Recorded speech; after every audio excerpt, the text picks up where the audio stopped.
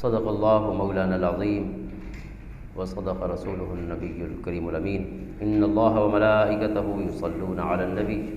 یا ایہا الذین آمنوا صلوا علیہ وسلموا تسلیما اللہم صل علی سیدنا ومولانا محمد وعلی آل سیدنا ومولانا محمد مبارک وسلم۔ معزز و محترم حاضرین و سامعین، شعبان المعظم کا دوسرا جمعۃ المبارک ہے اور اس مہینے کی 14 اور 15 کی درمیانی شب بخشش اور مغفرت کی رات ہے۔ خالق کائنات اس رات باقی تمام سال کی نسبت جو انفرادیت ہے اس سال کی کہ شام یا سورج غروب ہوتے ہی اور شام کے آغاز سے ہی مغرب سے ہی اللہ تعالیٰ اپنی شان کے مطابق آسمان دنیا پہ نزول اجلال فرماتا ہے، تشریف لے آتا ہے، اور صبح تک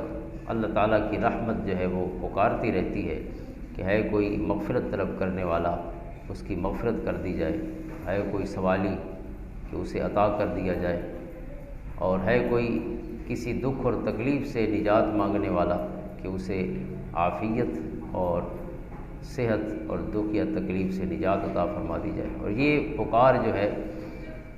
حتیٰ تطلع الفجر، جب تک صبح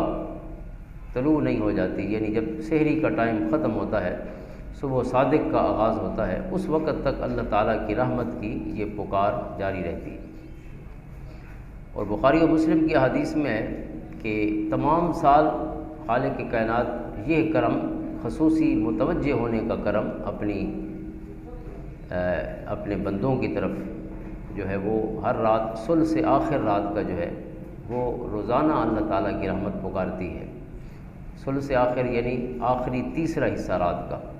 آج کل کے حساب سے 12 گھنٹے کی رات ہے تقریباً آج کل، تو اس حساب سے آپ دیکھیں تو یہ 2 بجے سے لے کر پھر طلوع فجر تک تقریباً 4 ساڑھے 4 بجے تک جو ہے یہ حصہ جو ہے اللہ کی رحمت روزانہ پکارتی ہے۔ چونکہ غافل لوگوں کے لیے اس وقت اٹھنا جو ہے وہ ممکن نہیں ہوتا، تو اس لیے اللہ نے کرم فرمایا ہے کہ سال میں ایک رات ایسی ہے کہ اللہ تعالیٰ خود جو ہے وہ شام سے تشریف فرما ہو جاتا ہے اور اس کی پکار شروع ہو جاتی ہے، اور وہ رات جو ہے یہ شعبان المعظم کی درمیانی رات ہے، نصف شعبان کی رات، یعنی 14 اور 15 کی درمیانی شب۔ تو میں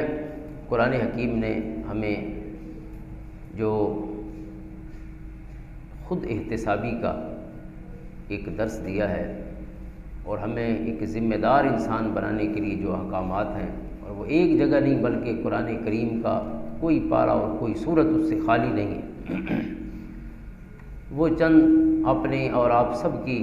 یاد دہانی اور تذکیر کے لیے عرض کرنا چاہتا ہوں۔ اللہ تعالی ہمیں اس آنے والی رات سے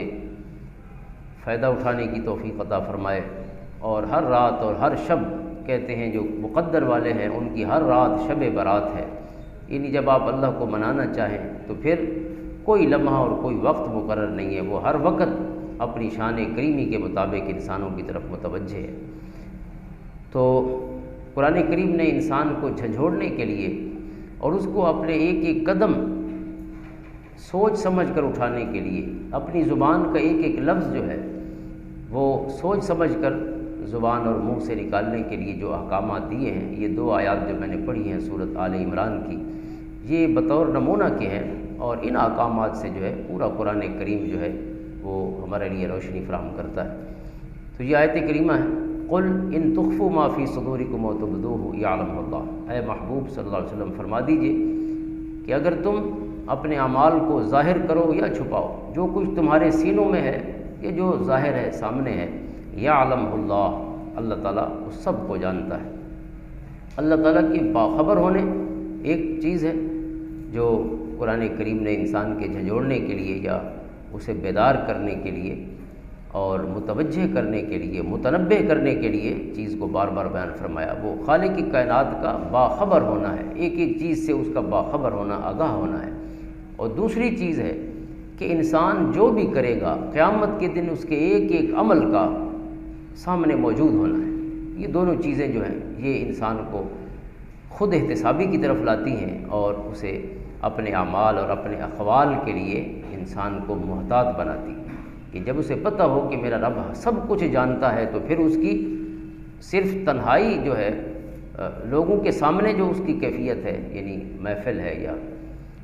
جلوت ہے صرف وہی نہیں سدھرتی، پھر اس کی خلوت اور تنہائی بھی سدھر جاتی، چونکہ خالق تو تنہائیوں میں بھی دیکھنے والا ہے، اندھیروں میں بھی دیکھنے والا ہے۔ اور دوسری چیز ہے کہ یا جو کچھ میں کروں وہ گم ہو جائے، اس کا کوئی ریکارڈ نہ ہو، تو پھر بھی انسان غیر محتاط ہو سکتا ہے کہ ٹھیک ایک عمل تو ہے لیکن رات کو کس نے دیکھا ہے، دیکھنے والے نے دیکھا بھی ہے اور دیکھنے والے نے اسے ریکارڈ بھی رکھا ہوا ہے۔ یہ دو چیزیں جو ہے قرآن کریم میں بار بار بیان ہوئی ہیں اور ان دونوں آیات میں بھی یہ دونوں چیزیں دہرائی گئی۔ تو پہلا حصہ یہ ہے یعلم اللہ، کہ جو کچھ تم کرو چاہے ظاہر ہو یا چھپا ہوا ہو،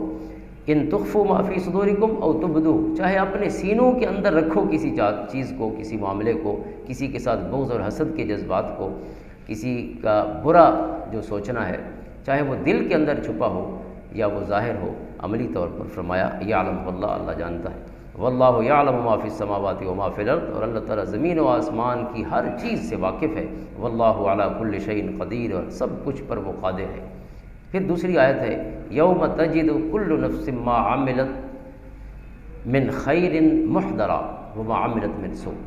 کہ جس دن انسان پائے گا اپنے سامنے، یوم تجد کل نفس، ہر شخص پائے گا، محضرا، محضر کہتے ہیں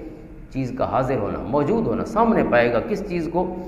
ما عملت من خیر یا ما عملت من سوء، دونوں چیز، اس نے جو نیک کام کیا ہوگا اس دن وہ بھی اس کے سامنے ہوگا، اگر کوئی چھوٹی سے چھوٹی برائی ہے تو وہ بھی اس کے سامنے ہو، اور اس دن انسان چاہے گا تودو لو ان بینہا و بینہ امدا بعیدا، انسان چاہے گا کاش میرے اور اس حقیقت کے درمیان کہ میرا عمل میرے سامنے پڑا ہے، کاش ہمارے